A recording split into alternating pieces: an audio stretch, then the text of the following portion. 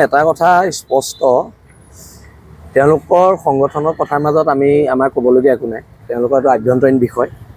কিন্তু ছোৱালীজনীয়ে এটা গোচৰ শংকৰৰ ওপৰত দিছে, গোচৰটো ন্যায়ালয়ৰ বিচাৰাধীন হৈ আছে।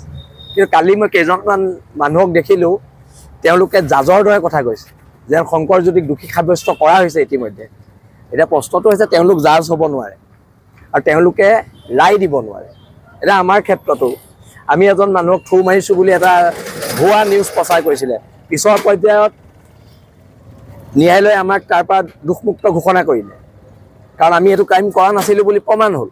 এতিয়া সেইকাৰণে আমি কৈছোঁ, কাৰোবাৰ ব্যক্তিগত কথা বতৰাত মাত মতাৰ কাৰো অধিকাৰ নাই আৰু কোনো মানুহ জাজ হ'বলৈ চেষ্টা কৰিব নালাগে, সেইটোৱে আমাৰ মতামত।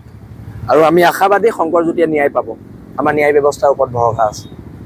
চাওক, যেতিয়া পেট্ৰল পাম্পটো বিলাসী থানা অসমে বন্ধ কৰিছিলে, তেতিয়া এখন তাত দণ্ডাধীশ পৰ্যায়ৰ তদন্ত ঘোষণা কৰিছিলে অইলে।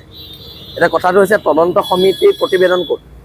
তদন্ত সমিতিৰ প্ৰতিবেদন নথকাকৈ বা ৰাজহুৱা নকৰাকৈ তেল ডিপুটো খুলিব নোৱাৰে।